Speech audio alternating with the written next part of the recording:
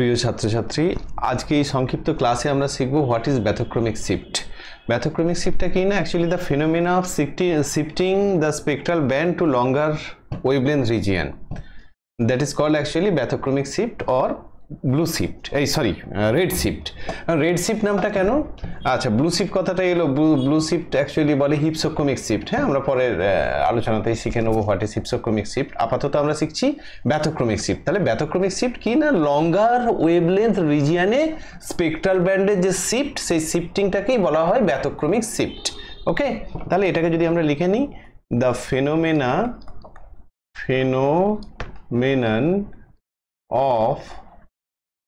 of shifting spectral band towards longer wavelength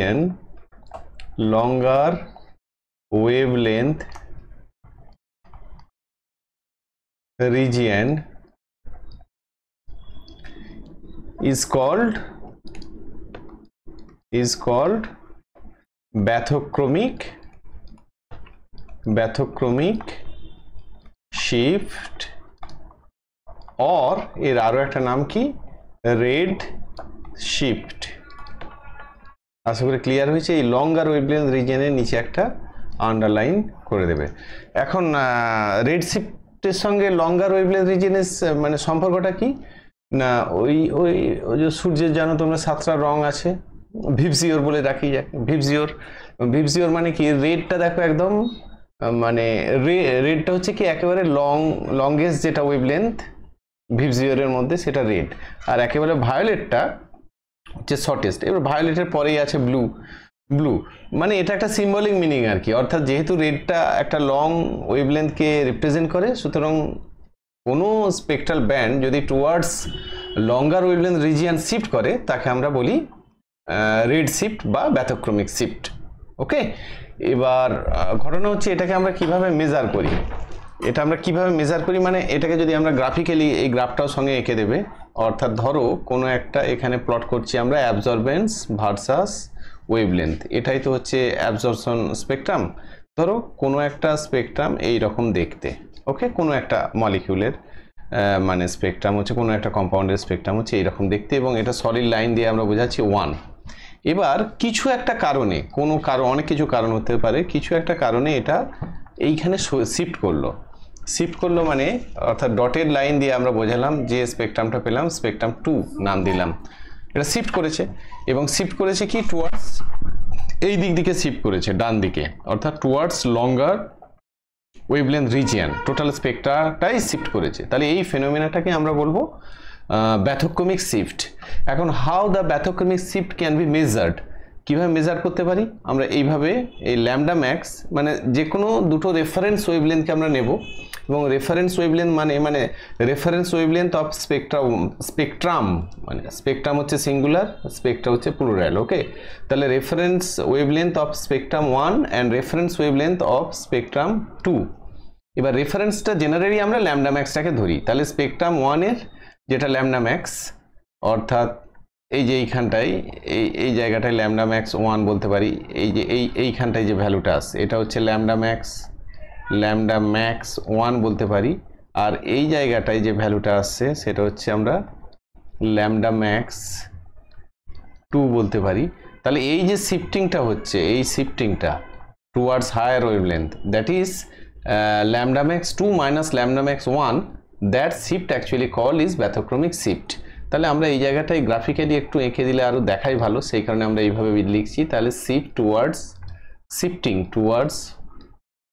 towards longer wavelength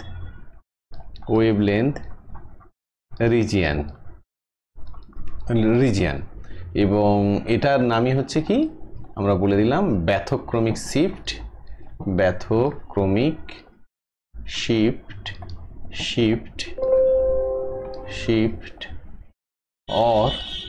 or এর আরো একটা নাম হচ্ছে রেড শিফট। ওকে, এবার এইটাকে আমরা তাহলে কিভাবে মেজার করতে পারি না, it can be measured it can be measured by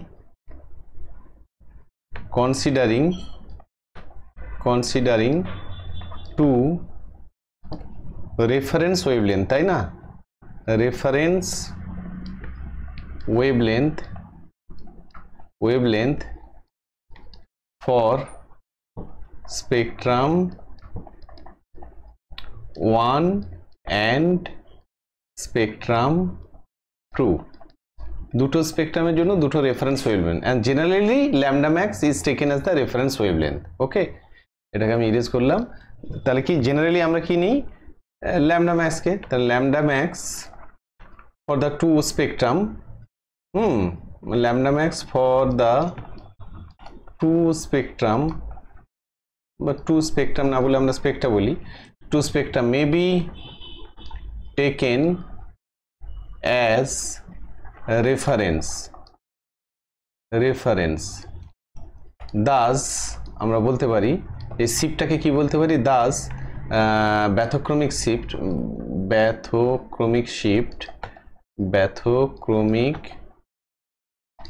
shift হ্যাঁ, কমা দিয়ে মেবি ইকুয়াল টু, ধরো আমি এইভাবে সিম্বলিক্যালি বললাম ডেল্টা ল্যামডা, এখানে সাবস্ক্রিপ্টে দিয়ে দিলাম ব্যথ ইকুয়াল টু, আমরা বলতে পারি তাহলে কি ল্যামডা ম্যাক্স 2 মাইনাস, এখানে জায়গাটা হচ্ছে না, মাইনাস ল্যামডা ম্যাক্স, নিচেটা লিখছি, হ্যাঁ, ল্যামডা ম্যাক্স 1। ওকে, এইভাবে আমরা বলতে পারি। আচ্ছা, এখানটা একটু ভালো দেখাচ্ছে না, আমি এই জায়গায় আবার লিখে দিচ্ছি, হ্যাঁ, lambda bath equal to lambda max 2 minus lambda max 1। ঠিক আছে, তাহলে এটা হচ্ছে মানে শিফটার ভ্যালু ব্যথক্রমিক শিফটের। Okay, so this is all about bathochromic shift. আর হিপসক্রমিক শিফট বা ব্লু শিফট এক্স্যাক্টলি এর উল্টোটা। ওকে, আমি পরের ক্লাসে ছোট্ট করে ব্যাপারগুলো বোঝাই, পরের ক্লাসে এটা বলবো।